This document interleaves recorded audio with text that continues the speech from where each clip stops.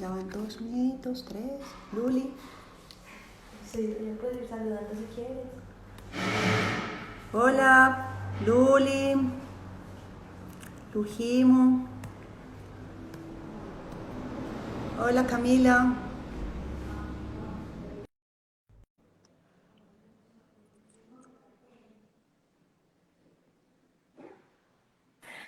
Hola, Hola, Cami, ¿cómo estás? muy bien, ¿y ustedes? Muy bien, querida. ¿Cómo te ha ido? Súper bien, feliz de estar acá en este espacio tan bacano con Latimos. Sí, qué rico. Qué rico ya que se empieza a conectar la gente. En este momento tenemos 4 personas, 6 personas conectadas. Todavía faltan 4 minuticos, entonces vamos, Sí, esperemos. esperemos, sí. Lo que pasa es que quería probar porque yo estaba un poquito mal de internet, entonces me daba Ujú. un poquito de miedo que la conexión no se diera, pero bueno, parece que está funcionando todo bien, Cami. Sí, está funcionando súper, Isa.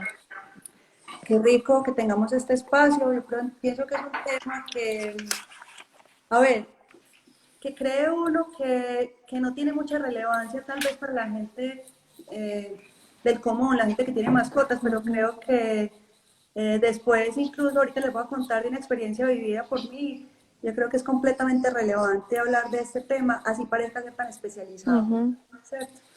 Entonces, ojalá participen muchas personas del mundo de las mascotas, especialmente del mundo de los perros, para que, pues yo creo que entre todos aprendamos muchas cosas de ti y, y podamos ver cómo, como el título lo dice, cómo cooperar entre especies. Sí, eso es muy bonito, Isa, porque finalmente, pues, todos somos animales y compartimos muchas de las patologías que se dan, sobre todo, pues, entre mamíferos.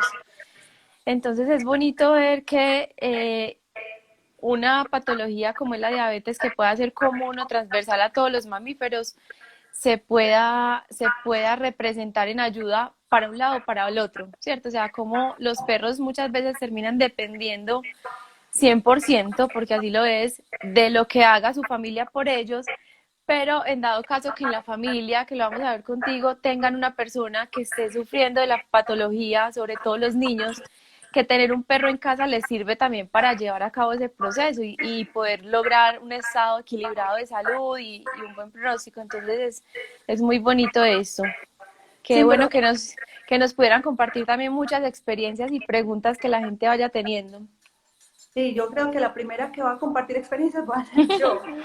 Pero me parece rico es por eso, porque de pronto cuando uno ve el título, y te lo digo porque he hablado pues con muchas personas en estos días a raíz de la publicación del en vivo, Sí. como que de pronto piensas que esta es una cosa poco asequible, ¿cierto? Ujú. Y yo creo que si nos damos la oportunidad hoy en el en vivo, podemos darnos cuenta que no solamente es un tema muy frecuente en los seres humanos, sino que es muy frecuente en nuestras mascotas, ¿sí? Y como Sí, te digo, en total. los perros, que es como donde más nos vamos a centrar el día de hoy. Bastante frecuente, así es. Voy a esperar todavía otro poquito, Cami, pues como Sí. para que la gente se siga conectando. Ujú. Bueno, aquí vamos pues. Vea, compañeras del colegio, Qué Rosa rico. Marlutazo que aparece ahí, compañera del colegio, Elena, hola,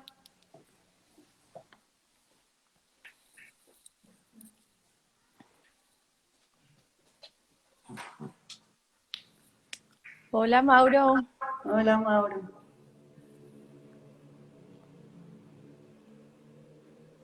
hola Elena, qué rico verte por aquí. Sí, bienvenidos todos y todas las preguntas. Nos encantaría de verdad poder tener espacio también para responder todas, incluso Isa, pensar en que si nos acaba el tiempo, conectarnos luego otros minuticos a volver a responder preguntas por si nos quedamos cortos. Sí, sí, ojalá que existan bastantes inquietudes Ujú. y más que inquietudes, muchos aportes al respecto del Sí. tema, porque yo pienso que así Camila sea experta en su área y yo no experta, pero sí conocedora del área, yo Ujú. creo que hay muchas aportes que podemos recibir de la gente que se conecta, porque probablemente hay gente con mucho más experiencia que incluso uno mismo y que nos puede dar otras miradas de lo que nosotros hoy, pues diferentes a lo que nosotros podamos dar hoy. Así Sigamos es. aquí. Isa, de pronto tienes audífonos ahí que se está devolviendo un poquito. Voy a mirar. Sí, tengo audífonos y tengo el celular bien cargado, entonces voy a coger los audífonos. Es que Súper. me tocó no conectarme porque tenía el celular no demasiado cargado. Entonces, son cosas que pasan al final de todo. Al final del día. Sí. Hola, Marce. Bueno. Espérate, Cami, que me voy a perder un poquito aquí de la señal. Tranquila, esperemos acá, Isa, mientras conecta sus audífonos para escuchar mejor. Y ya en contados minutos vamos a empezar entonces con este gran tema de diabetes en caninos y en perros, pues, y en personas, qué tenemos en común y cómo es esa relación recíproca en el proceso de enfermedad y en el proceso de cura. Ok, ahí me estás oyendo mejor. Se escucha súper bien, sí. Bueno, perfecto. Pues dirás, no sé, dirás cuánto llevamos aquí, vamos ya a 24 conectados. Dirás si empezamos o vamos otros 5 minuticos más. Como tú quieras. ¿Qué hora es exactamente? 6:02. 6:02 minutos. Bueno, si quieres, vamos empezando presentándonos. Yo De eso. antes de presentarnos, voy a contarles cómo va a ser la dinámica pues, del día de hoy. Eh, el tema que nos reúne, diabetes en humanos y caninos, qué tenemos en común y la cooperación entre especies. Pretendemos no dar una mirada muy técnica, muy complicada acerca de lo que es ni la diabetes, porque entendemos que esto puede acceder pues cualquier tipo de público, pero sí que nos vaya quedando claro como conceptos generales tanto en humanos como en las mascotas, para que pues por lo menos si en casa tenemos una persona diabética o sospechamos que la tenemos o podemos tener una mascota diabética, Exacto. cómo sospechar y qué hacer frente a eso. Entonces, vamos a empezar dando unos conceptos como generales, probablemente un poquito técnicos, pero vamos a tratar de aterrizarlos mucho. Yo voy a contarles un poquito de una experiencia que tuve también con una mascota. Ah, bueno, antes de eso, a contarles qué hacemos nosotros también en Latimos Bocalán, Colombia, con los perros de alerta médica, para qué sirve, qué son, y terminar con, por ejemplo, mi parte, contándoles una anécdota acerca de una perra precisamente que tuve con diabetes, para que ya Camila entre pues a hablar un poquito del tema específico de la diabetes en mascotas. Si todas las preguntas que tengan las pueden ir pasando pues por el chat. No la podemos responder todas al mismo tiempo, pero si vemos que hay preguntas que son muy pertinentes para contestar en el momento, Exacto. las podemos ir respondiendo para darle un poquito más de dinámica pues al envío. Y como decía Camila, si vemos que al final quedan muchas preguntas, hay gente interesada, podemos reconectarnos nuevamente. ¿Listo? Perfecto. Bueno, entonces voy a empezar presentando pues primero a Camila. María Camila Gómez es una médica veterinaria de la Universidad CES de aquí de Medellín. Camila es magíster en medicina de pequeñas especies animales con énfasis en endocrinología y metabolismo animal de la Universidad del CES. Además de eso es especialista de pequeños animales de la Universidad de Salta, Argentina. Y tiene un diplomado en etología en la Universidad del CES.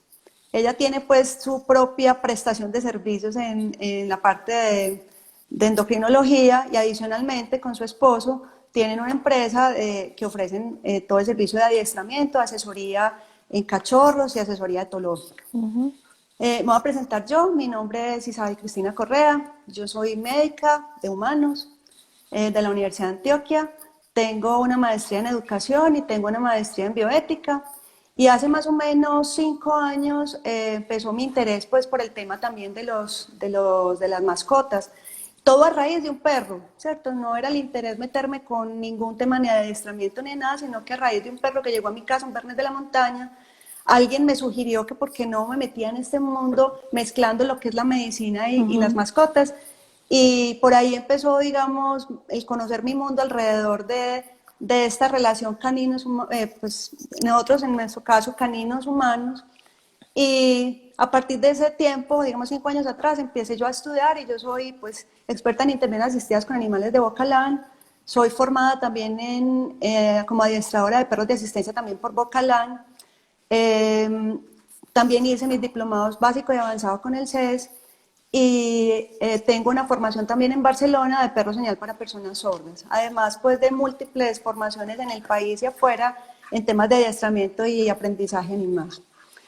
Ya pues como conociendo, Latimos precisamente se dedica a eso, se dedica a trabajar todo el tema del aprendizaje animal y los perros de intervenciones y los perros de asistencia, que en otro momento haremos pues la distinción de qué se trata esto. Yo quiero contarles pues un poquito acerca del tema ya en concreto de qué es la diabetes. Sí, diabetes con E, no con I como lo dice mucha gente, no es diabetes sino diabetes. Y La, diabetes mellitus. eso, diabetes mellitus. La diabetes es una enfermedad metabólica. ¿Qué quiere decir? Que afecta el metabolismo y el buen funcionamiento en general del cuerpo, ¿sí? Y digamos que el rasgo fundamental, para que todo el mundo lo entienda, es que la persona diabética tiene aumento de azúcar en la sangre, ¿sí? Que es lo que llamamos técnicamente como hiperglicemia.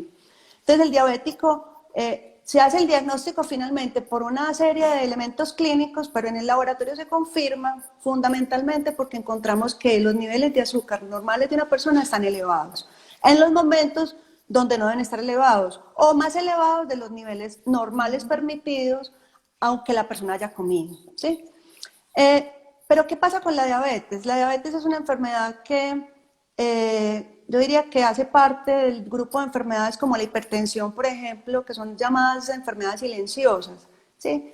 Y que por ser silenciosas, ¿por qué? Porque no se presentan, generalmente no se presentan con unos signos clínicos muy dramáticos, muy llamativos, sino que a veces la gente se da cuenta que es diabética porque de pronto empieza a no ver bien, ¿sí?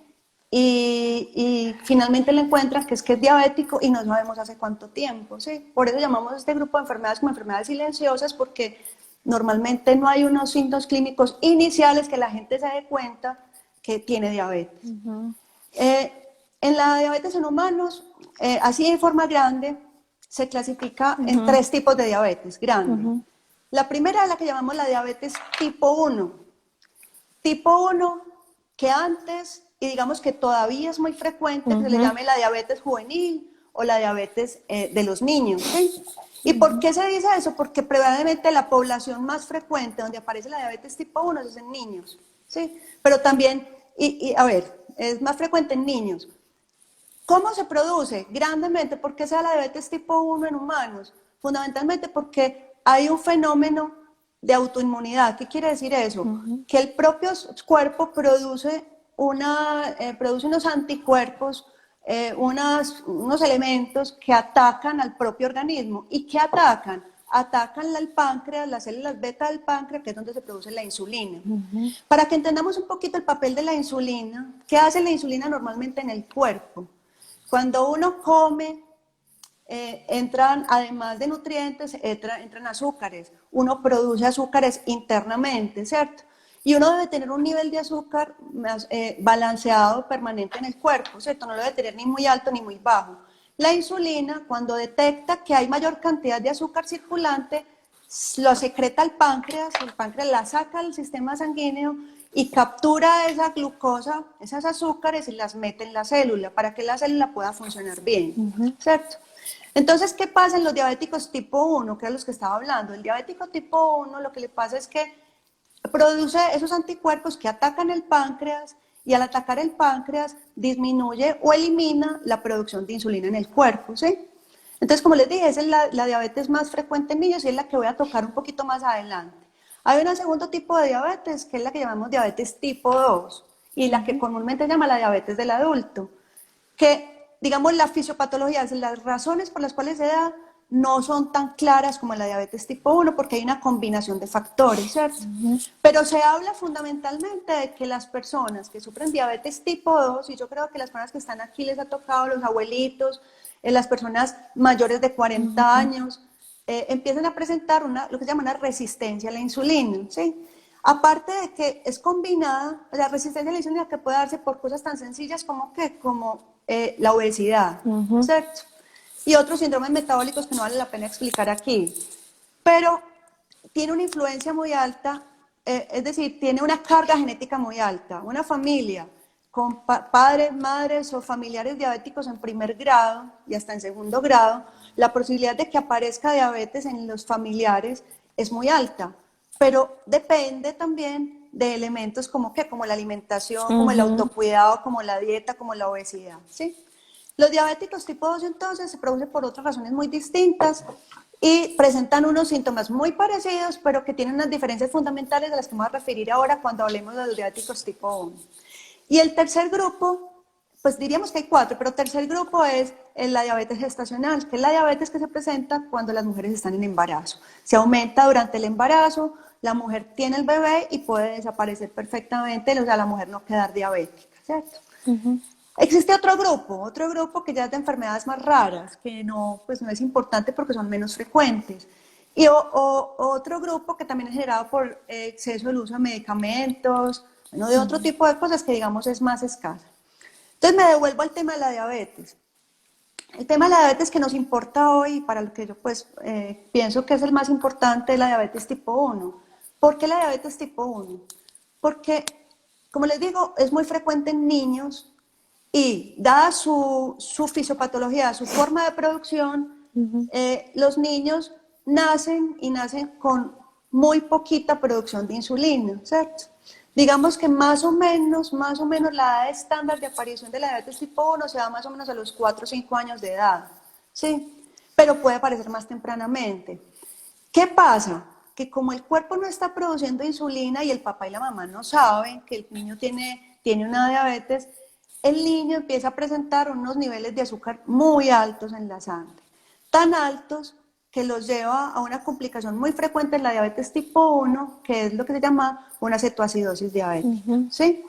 La cetoacidosis diabética es que se producen por ese aumento de esa glucosa circulando, se producen unas sustancias que van a llevar a que esa acumulación de esas sustancias en el cuerpo puedan llegar a producir trastornos, por ejemplo, cognitivos en el Ujú. individuo que lo padece. Entonces, muchas veces la manifestación inicial de una diabetes tipo 1 es que el niño empieza a presentar trastornos como confusión, adormilamiento, Ujú.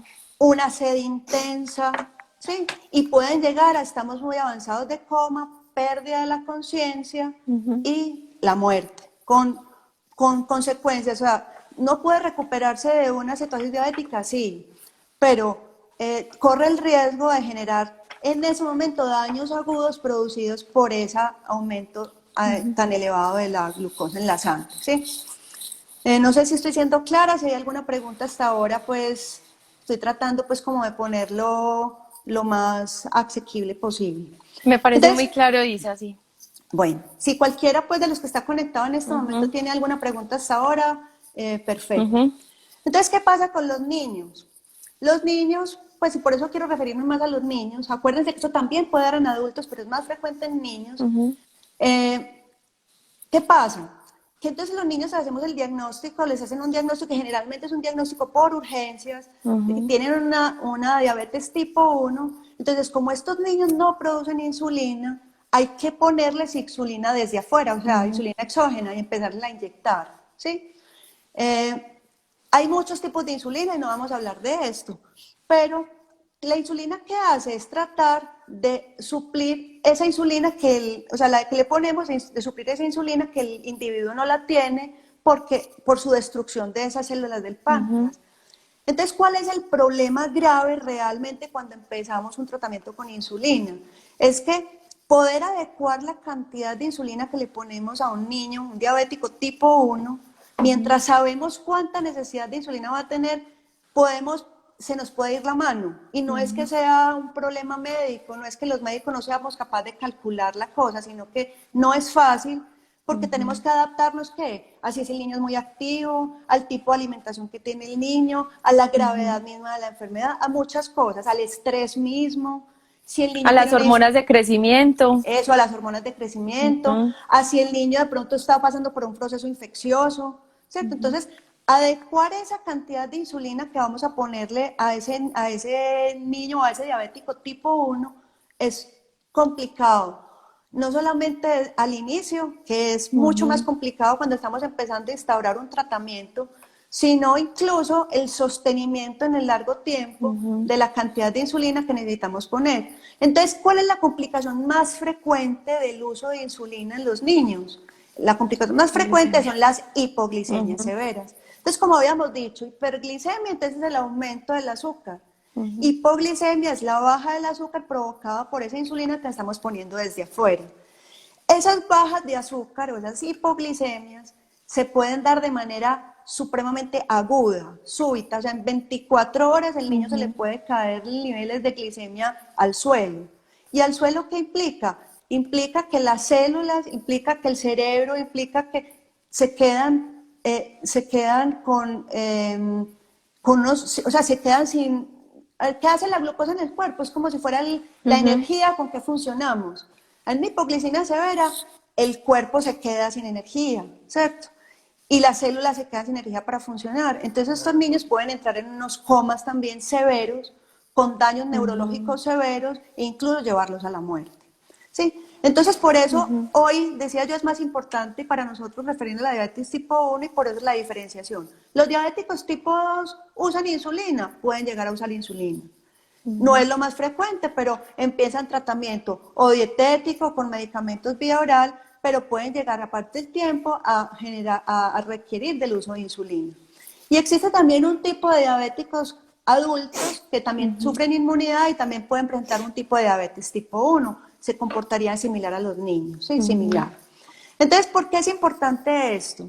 Es importante porque primero pensemos que la diabetes no es una enfermedad infrecuente, es una enfermedad frecuente, ¿sí? Que es, bueno, y otra cosa importante que no he dicho, los niveles altos en la sangre de azúcar van generando daños en los vasos sanguíneos pequeños, ¿sí? Arrancan con los vasos sanguíneos pequeños, entonces empiezan a producir lo que llamamos vasculopatías, a dañar la sensibilidad porque empieza a dañar los nervios, pero empieza a dañar órganos blancos importantes como es el cerebro, como es el riñón, ¿sí? Como es la retina.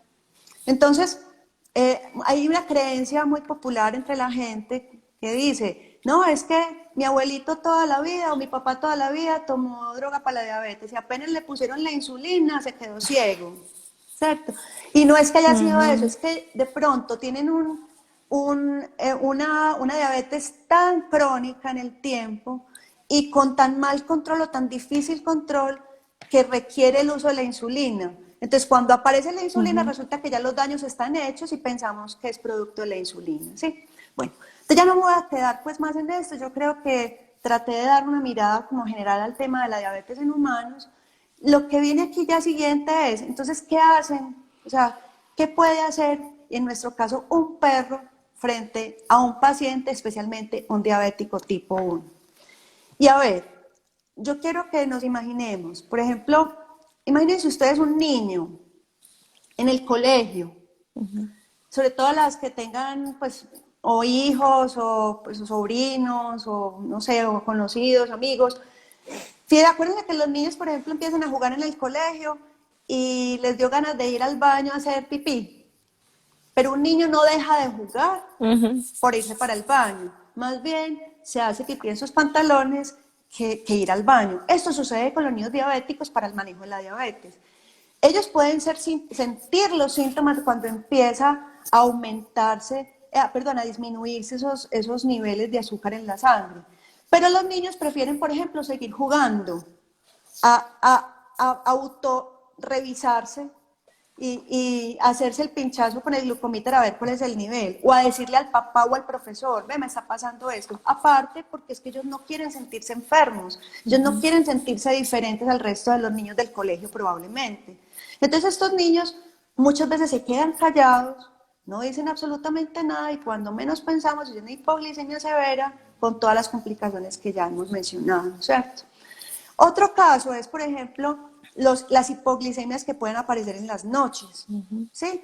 En las noches, esto para un papá, para una familia, para una mamá, estar controlando al niño, sobre todo en el momento en que la insulina apenas se está digamos, con el suministro o cuadrando las dosis de insulina, se vuelve un trabajo supremamente desgastante, estresante, ¿sí?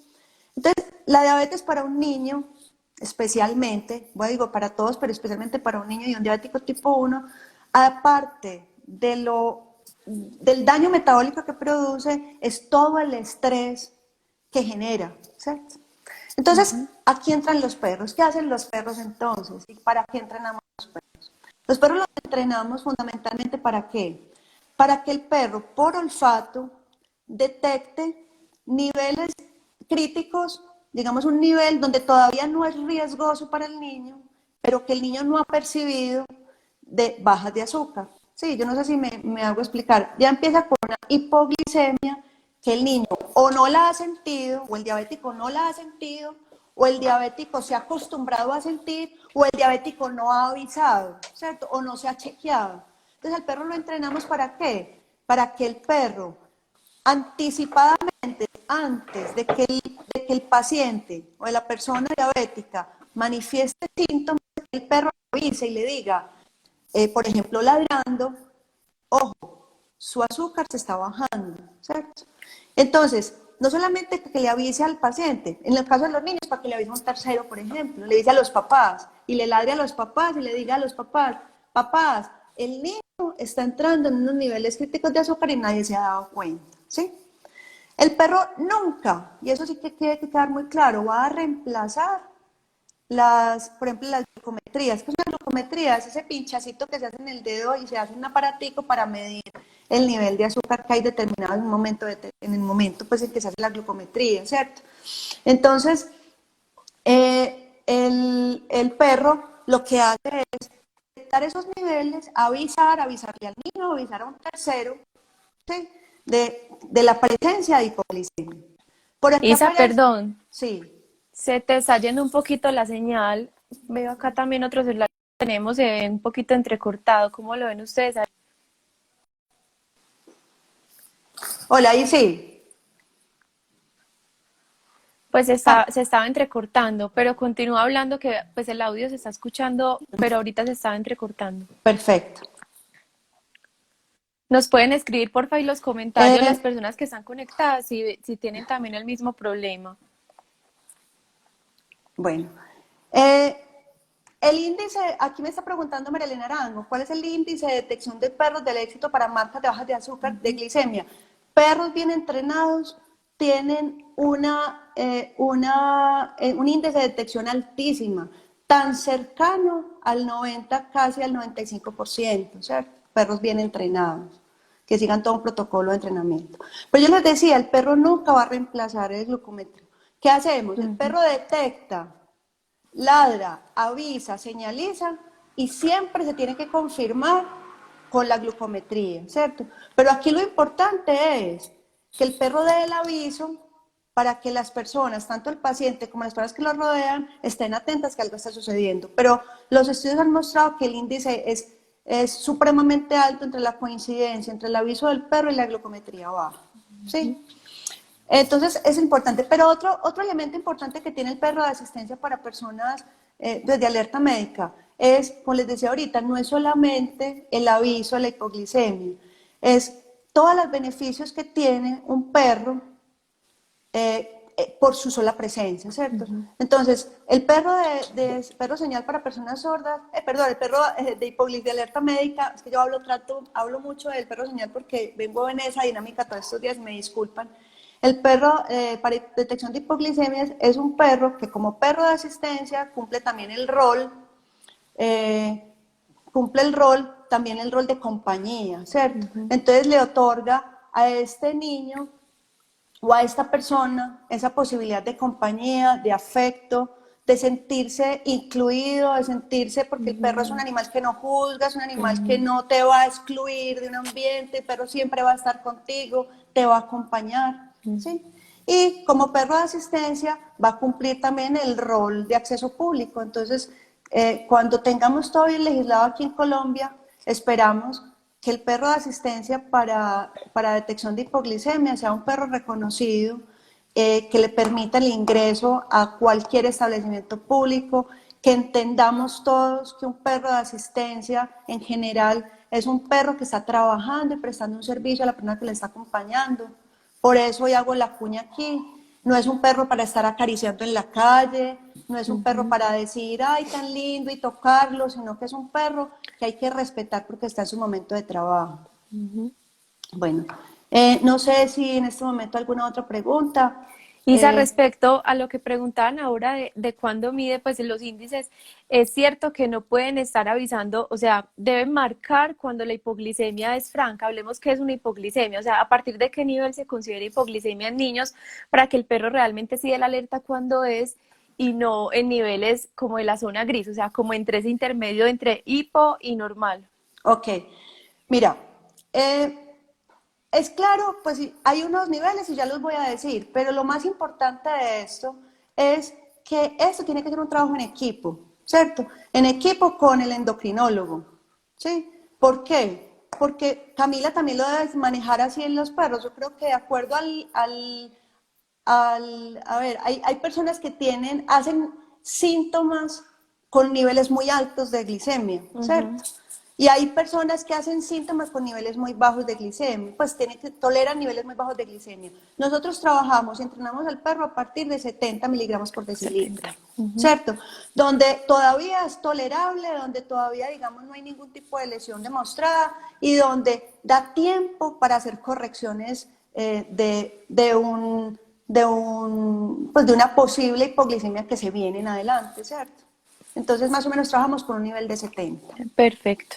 Sí, bueno, y ya para terminar, pues como esta parte de la que yo quería hablarles, es que el entrenamiento del perro es un entrenamiento que es muy riguroso.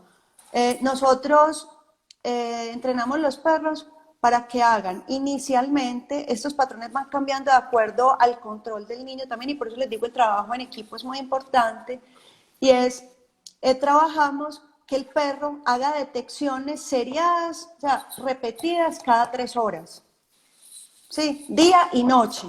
Entonces, quien se quiera volver adiestrador de perro de asistencia para detección de hipoglicemia sabe que tiene que someterse a un régimen de estar cada 3 horas, día y noche, haciendo el rastreo con el perro, porque inicialmente, mientras se hace el control inicial del niño, esta va a ser la necesidad. Después, eso lo podemos ir alargando con los tiempos y de acuerdo al control del niño, ¿sí? Nos preguntan acá si el trabajo es autónomo del perro o los papás le piden al perro que vaya y chequee. No. A ver, en el día uno puede pedirle al perro que chequee, ¿cierto? Y el perro puede conducir al perro a que huela, pero lo que nosotros intentamos en el esquema que maneja Bocalán es que el perro tenga un trabajo autónomo. ¿Por qué? Y por eso se hacen rutinas con el perro de chequeo, ¿cierto? Entonces arrancamos con rutinas de 3 horas, ¿sí? Donde el perro inicialmente empieza a despertarse incluso en la noche, cada 3 horas, a oler el niño. Si nosotros vemos que el control del niño aumenta, empezamos a disminuir las rutinas del perro para que no tenga unos despertares tan seguidos, ¿cierto? En el día, como les digo, en el día uno puede ayudarse más del acompañante, ¿cierto? Y ayudarle al perro en esa tarea. Pero en la noche sí tratamos de que sea un trabajo autónomo, sobre todo al principio. Perfecto. ¿Listo? Listo. Bueno, entonces, por aquí dice que pseudo, no entiendo, ¿de dónde saca no entiendo. ¿A qué se refieren con Sí, pseudos? ¿a qué se refieren con pseudos? No lo entiendo, handicap call, que no es eso. Similares al que tiene que. O muestras, o se refieren a No, ok. muestras, no sé. Nosotros Sí. trabajamos, sí, me imagino que trabajamos con las, Los pseudos, ¿sí? Sí, Nosotros trabajamos con las muestras del usuario, porque exacto.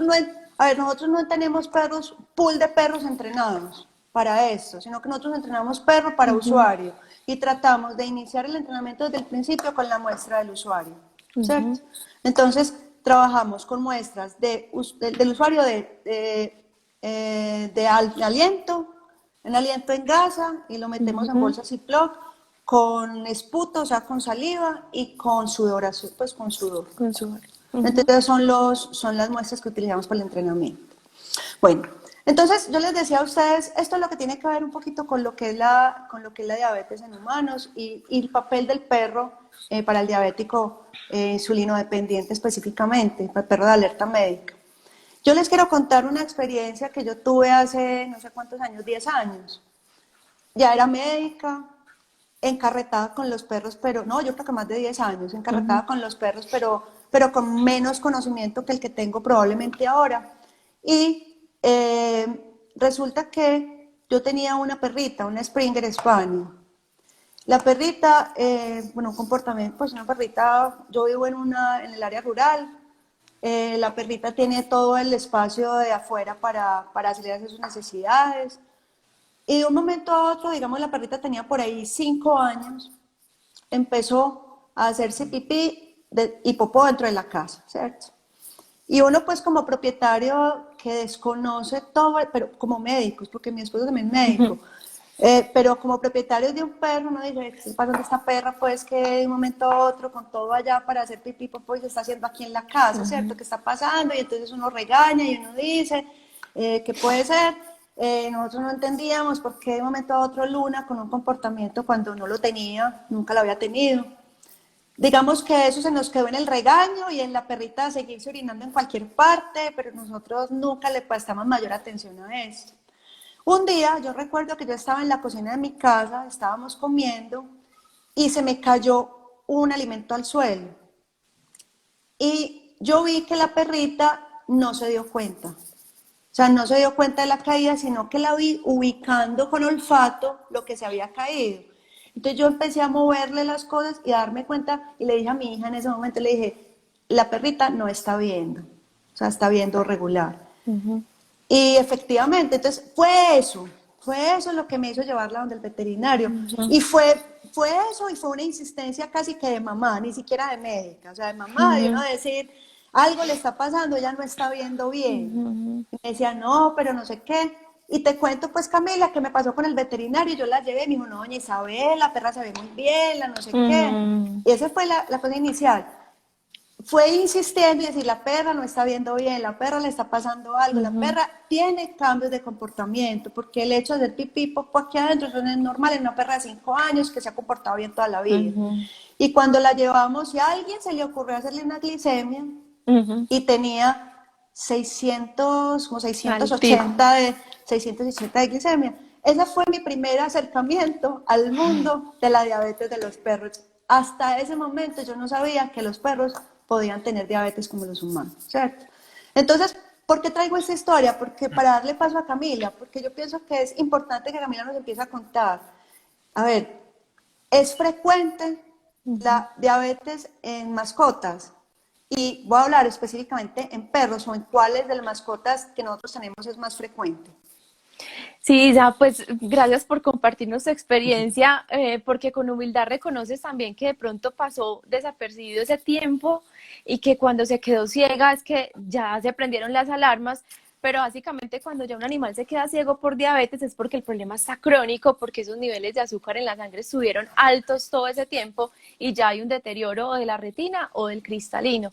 Entonces es importante también tomarnos este espacio, bueno, para enlazarlo con lo de los perros de alerta médica, y la idea también era hablar de esa relación recíproca que tenemos con los perros, cómo los perros nos ayudan en familias con niños con diabetes, en tratamiento con insulina, a mejorar su calidad de vida, su pronóstico, a la adherencia al tratamiento, pero también en casa podemos tener perros, mascotas, perros o gatos con desarrollo de diabetes y que ellos van a depender 100% de lo que su familia haga, ¿cierto? Entonces van a depender desde el momento del diagnóstico, o sea, de darse cuenta qué signos clínicos está teniendo, hasta de llevarlo al veterinario y tocar la puerta del veterinario insistentemente, como hiciste tú, y decir, venga, es que está pasando algo.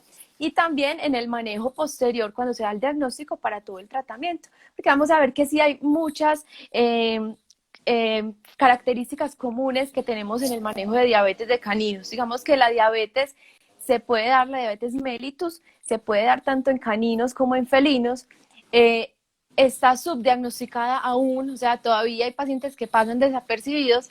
Y también tenemos la misma clasificación que nos presenta la ADA, que es la Asociación de Diabetes en Humanos, la misma clasificación que nos dice hay un tipo 1, y ese tipo 1 lo podemos ver en cachorros menores a 1 año, en los cuales su páncreas no trabaja para nada bien y los niveles de insulina basal son mínimos, casi que cero. Una diabetes latente autoinmune del adulto, que es la tipolada. La tipolada es la diabetes. La tipolada es la diabetes más común en perros adultos a partir de los 2 años de edad, es bastante común. Tenemos la diabetes tipo 2, que como tú bien lo explicabas en un principio, se puede ver más relacionada con otros factores medioambientales, nutricionales, ejemplo, obesidad y que sea una resistencia a la insulina. Y esta tipo 2 la vemos más en gatos.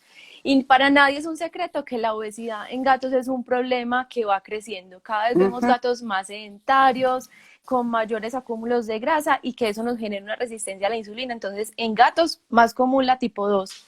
Otros tipos de diabetes o tipo 3, entonces causadas por otras endocrinopatías o cuando están en gestación también las hembras desarrollan diabetes y puede ser transitorio. Entonces tenemos esa misma clasificación y también entendemos y tenemos la misma dificultad de que cuando empezamos el tratamiento con insulina, que en nuestro caso, ahí se diferencia un poquito de los humanos porque el tipo 2 de una vez empieza con insulina también en gatos, por ejemplo, o sea, de una vez hay que hacer el tratamiento con insulina porque los niveles tan altos de glicemia que permanecen en la sangre todo ese tiempo van a terminar haciendo un efecto de citotoxicidad, o sea, van a destruir las células del páncreas que todavía está ahí tratando de sobrevivir. Entonces, en nuestro caso, a todos los manejamos de una vez con insulina y tratar a los pacientes con insulina pues implica también tener riesgos como la hipoglicemia, lo mismo que pasa con los niños. Y cuando decías es que el niño está jugando y sus signos de hipoglicemia pasan inadvertidos, en los perros sí que pasan inadvertidos, o sea, uno de los perros felices, moviendo la cola. La gente los lleva a consulta porque, digamos, están haciendo las glucometrías en casa y encuentran niveles por debajo de 70 y el perro es feliz moviendo la cola. Uno incluso le ofrece azúcar y él se la come solito porque tienen unos umbrales también más altos. Acuérdense que ellos, por ser también presas naturales en la naturaleza, tienden a esconder mucho los signos clínicos que estén presentando.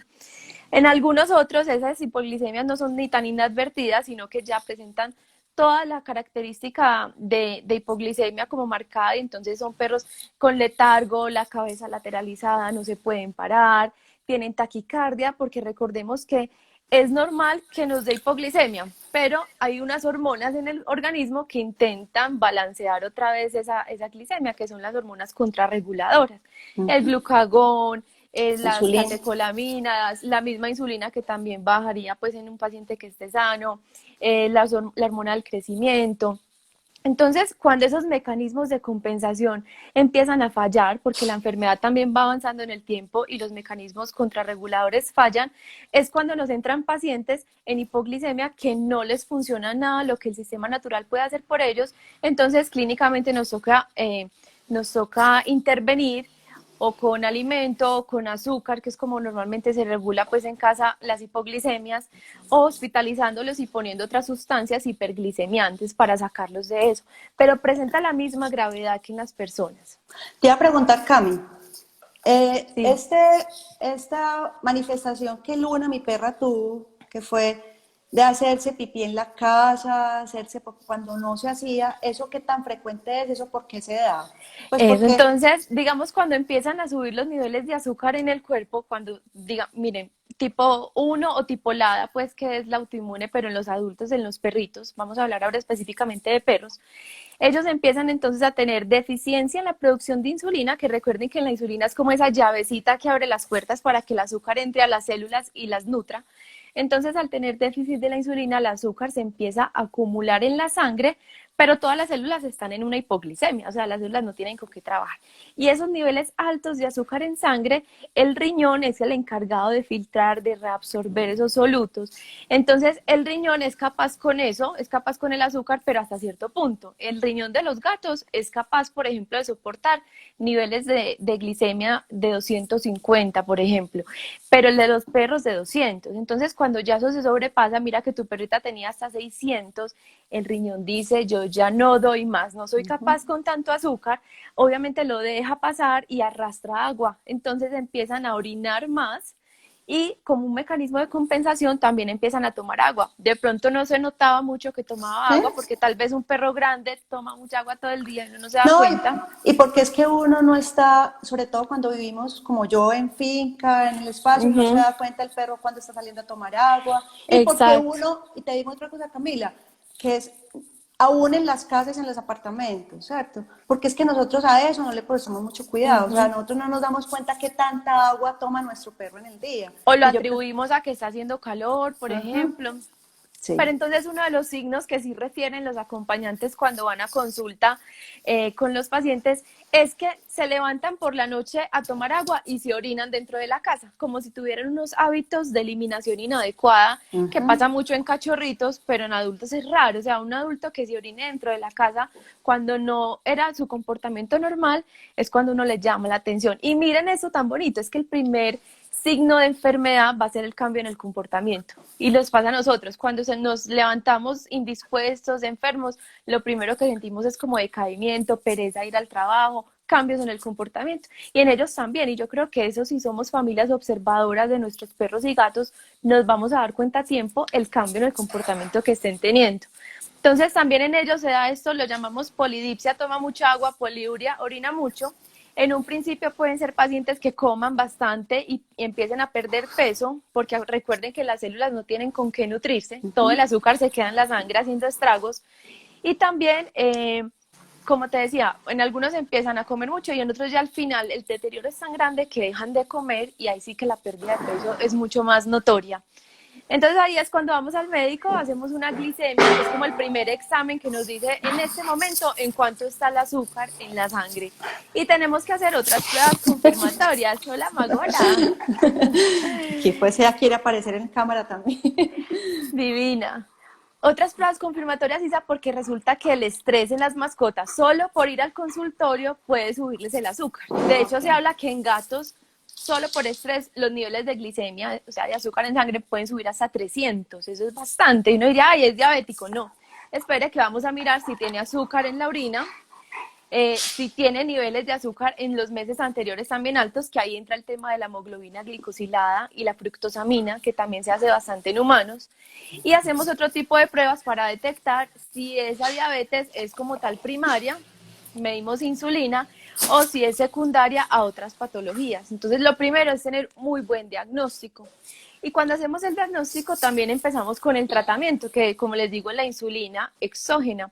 A diferencia de los humanos tienen un esquema que es el esquema bolo-basal normalmente, en el que se inyectan insulina para todo el día, como el basal, y les cubre también en las noches, y el bolo con los alimentos. Y los humanos, las personas, tienen que estar contando cuántos carbohidratos están en cada comida para guiarse en eso, para poderse inyectar la insulina. En los perros no lo hacemos, sino que concentrados Se congeló la... Sí. concentrados Hola, acá. De esa cama. medicados y les damos solamente una porción en la mañana, una porción en la noche, ¿cierto? Entonces en ellos es un poquito más fácil también el control de la alimentación y eso nos facilita las cosas, ¿cierto? Yo te cuento, pues por eso te digo yo que te voy a hablar de la experiencia vivida con Luna y es, bueno, primero fue la parte del diagnóstico. Yo te voy a preguntar antes de lo que iba a decir es Springer Spaniel. ¿Existen algunas razas o algunas predisposiciones o qué factores de riesgo encontrás vos en los perros específicamente para la presentación de diabetes? En los perros, como está tan ligado a la autoinmunidad, vemos es como más asociación a ciertas razas. Entonces tenemos típico Poodle, Schnauzer y la familia muy de los Terrier, también los Yorkie, pues que es de los Terrier, y tenemos también los Husky, aunque no lo crean, los Husky también los Samoyedo. El Springer y otras razas pueden tener cierta predisposición, pero están como más abajo en la lista. O sea, no son los número uno, pues, como para diabetes, como sí lo pueden ser los Schnauzer, los Poodle, incluso también los Beagle, por otras endocrinopatías. Y te pregunto, en los humanos, por ejemplo, la diabetes tipo 1 no tiene una asociación muy directa familiar. Obviamente que se aumenta en la medida que si la mamá, si el papá, si los hermanos, ¿cierto? Pero digamos que está más ligada la diabetes tipo 2 a una herencia genética. En los perros, ¿qué sucede? O sea, yo tengo una perrita diabética, ¿puedo esperar una descendencia, una camada diabética? ¿O cómo sucede, cómo funciona esto en los perros? Pues digamos que no está tan relacionada como con los cromosomas sexuales, como decir, por ejemplo, si es hembra y salió de una madre con diabetes, va a tenerlo. No se ha estudiado muy bien esa relación genética, pues, adquirida. Pero también lo otro que vemos también es que vemos muchos cruces, muchas razas cruzaditas y también con diabetes perfectamente. O sea, no es que si por ser de esa raza fijo va a desarrollar o que si es un cruce, un mestizo, no lo va a desarrollar. También se ve perfectamente en ellos. Te voy a preguntar algo que está aquí Bit Happy Martica. Hola. Marta pregunta, o Gabriel, no sé cuál de los Con dos, la... dice que con la edad incrementa la probabilidad de que los perros les dé diabetes. ¿Qué les cuentas? No, mira, pues realmente según el tipo de diabetes que se desarrolle, tenemos el tipo uno que es como la juvenil de la que se habla en humanos, que es antes del primer año de edad, y la tipolada autoinmune del adulto, o la ICATA, la tipolada que es autoinmune del adulto, pero no que, y se puede dar a partir de los 2 años de edad, pero no porque vaya incrementando la edad va a tener más riesgo, o sea, la puede presentar en cualquier momento. Ahora, con el incremento de la edad sí puede haber riesgo de otras endocrinopatías, ejemplo, síndrome de Cushing, y ese Cushing llevarnos a una diabetes. Entonces, pero solamente por esa relación. Y en cambio, en los gatos, si aumenta la edad en estado de sobrepeso y obesidad, pues sí va a aumentar también la probabilidad de la diabetes. Bueno, y entonces decíamos, hay razas, pues que son más susceptibles. Ya Ujú, dijimos en gatos la obesidad. ¿Existe algún otro factor de riesgo? Lo digo porque, a ver, es que esto es importante para la gente que tiene perros en su casa, ¿cierto? ujú. Como, que, así como en los humanos, nosotros los médicos decimos, hombre, una dieta balanceada, aumento del ejercicio, ya dijimos, control de peso, ¿sí? Sobre todo para los que Sí. tenemos, por ejemplo, como en mi familia, herencia de tener una diabetes. En los perros, uno que le podría decir a los propietarios de un perro que debiera cuidar Ujú. para precisamente proteger al perro de una posible aparición de una diabetes. Sí, definitivamente el tema del sobrepeso y la obesidad. Entonces ahí entra la alimentación y el ejercicio. ¿Qué tipo de alimentación le estamos dando? Si estamos dando más carbohidratos que proteínas de buena digestibilidad, por ejemplo, obviamente sin tener exceso de proteínas, es un balance. Que tengamos también rutinas buenas de juego y de ejercicio, porque eso mejora la salud cardiovascular también, que finalmente va a proteger en el momento en que se pueda presentar una diabetes, porque pues su código genético dice va a presentar diabetes, pero que no se genere tanta resistencia a la insulina por esos otros factores como lo son la alimentación, el ejercicio y todo lo demás. Entonces yo creo que más que prevenir que le dé, porque puede que simplemente le vaya a dar, en el caso de los perros, es hacer posible que es hacer posible que cuando le dé, no, o sea, el tratamiento sea más efectivo y no se genere tanta resistencia a esa insulina porque es un paciente más sano que venía con muchos años de buena salud, diferencia de un paciente que tuviera otras comorbilidades. Ok, aquí hay una pregunta, el negocio de Fabiola. Dice, buenas tardes, acabo de ingresar, no sé si ya hablaron de eso, ¿cómo sé si mi mascota sufre de diabetes? Si ya hablamos de eso, pero de todas formas creo que es importante y cabe aquí que la doctora Camila entonces les dé como a todos, como, a ver, ¿cuándo hay que empezar a pensar definitivamente que un perro, si quieres habla también de gatos, pero un perro puede estar presente, estamos frente a una posible diabetes? Listo, entonces hagámoslo súper fácil y resumido. Toma mucha agua, orina mucho, empieza a perder peso, deja de ver bien, que ese sería ya un caso más crónico, porque en el cristalino, que es el lente que nos permite acomodar la visión, se empieza a acumular también un tipo de azúcar que es el sorbitol, entonces dejan de ver bien. En algunos que estaban gorditos pierden peso y la gente dice, ay, qué rico, estaba gordito y bajó de peso. Y yo, pero cuidado, porque es Y que bajó puede de ser peso, enfermedad. y bajó de peso comiendo bien, Y comiendo porque bien porque siguen comiendo. Entonces algunos presentan polifagia, que es eso. mucha ansiedad por comer, porque recuerden que las células no se están pudiendo nutrir con ese azúcar, entonces ya siguen con hambre. Entonces que coma mucho. Pero yo creo que acá súper claro es estar vigilando qué tanta agua toma mi mascota y qué tanta orina. Y sobre todo ver los hábitos si cambia. Si empieza a levantarse muchas veces en la noche a tomar agua y a orinar en espacios donde no era indicado, a orinar en la noche, ahí es que tenemos que consultar y prender las alarmas. Oh, y especialmente tener cuidado en estas razas que la doctora Camila mencionó, ¿cierto? Que uno Sí, dice hay razas más susceptibles. con mayores susceptibilidades. Bueno, Ujú, yo voy a contar aquí la experiencia entonces que fue tener a Luna diabética, ¿cierto? ujú, Entonces, porque aquí viene, así como hablamos de la cooperación del perro hacia el humano en la diabetes, aquí ya viene como el compromiso del humano hacia el perro y sí. hablamos de la cooperación interespecie, ¿cierto? ¿Cuál fue? Yo me acuerdo que yo tenía que pinchar a Luna y fue todo un aprendizaje porque no sabía dónde, ¿cierto? Dónde lo tenía que hacer. Sí. Yo la pinchaba las almohadillitas y no salía nada, entre los dedos le dolía. Y yo me acuerdo que me tocaba hacerlo cada 4, cada 6 horas inicialmente, ¿cierto? manejar el glucómetro, saber, o sea, todo este proceso. Digo, ya a Luna la cogimos muy tarde, pues ya tenía una retinopatía diabética probablemente, hizo unas cataratas posteriormente muy rápidamente y finalmente Luna falleció de una falla renal, ¿cierto? Que seguramente era secundaria a todo esto. Claro. Pero a ver, ¿qué le implica a un humano? Yo ya tengo mi perro diabético, ¿cierto? Ya tengo mi perro diabético, como cualquier patología aparece, no es infrecuente como ya lo vimos. Entonces, ¿cuál es mi compromiso como humano? Aparte de lo que ya dijimos, aparte de un buen cuidado dietario, aparte de un buen ejercicio, ¿qué otras cosas implicaría tener un perro diabético en la casa? Entonces ya sabemos que tenemos que aplicarle insulina sí o sí, porque ese es su tratamiento. El cuerpo no la produce, hay que aplicarle para que ese azúcar pueda entrar a nutrir todas las células. Y todo paciente, llámese perro, gato, niño, mujer, hombre, anciano, todo paciente que tenga uso de insulina tiene que medirse la glicemia, o sea, tiene que saber en cuánto están sus niveles de azúcar, porque eso va a permitir ajustar las dosis, saber si está haciendo las hipoglicemias que a veces pasan inadvertidas, saber si está haciendo efectos de rebote, por ejemplo, si la insulina es lo suficientemente eficiente para cubrir todos los espacios.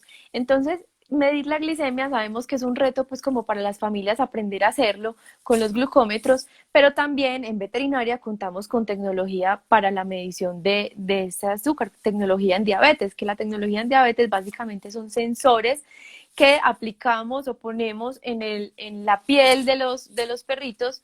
En los humanos usualmente pues han visto que se ponen los sensores acá en el brazo, en los perritos los ponemos los mismos detrás del cuello pues para que no se los vayan a quitar y esos sensores nos permiten estar tomando mediciones del azúcar cada 5, 10, 20, 30 minutos, el tiempo que queramos sin tener que funcionar el animal, sin tener que causar pues como esa incomodidad y poder llevar un registro adecuado, hacer unas curvas de glicemia para que el médico tratante pueda ajustar la insulina como lo requiere. Entonces, es una tecnología que tenemos de fácil acceso con los especialistas pues que trabajamos en esto y nos da muy buenos resultados porque resulta que también se puede empezar a afectar un poco el vínculo de ese perro con su familia al estar haciéndole todos esos oprobios y al estar Es que pues a mí me sí. pasaba.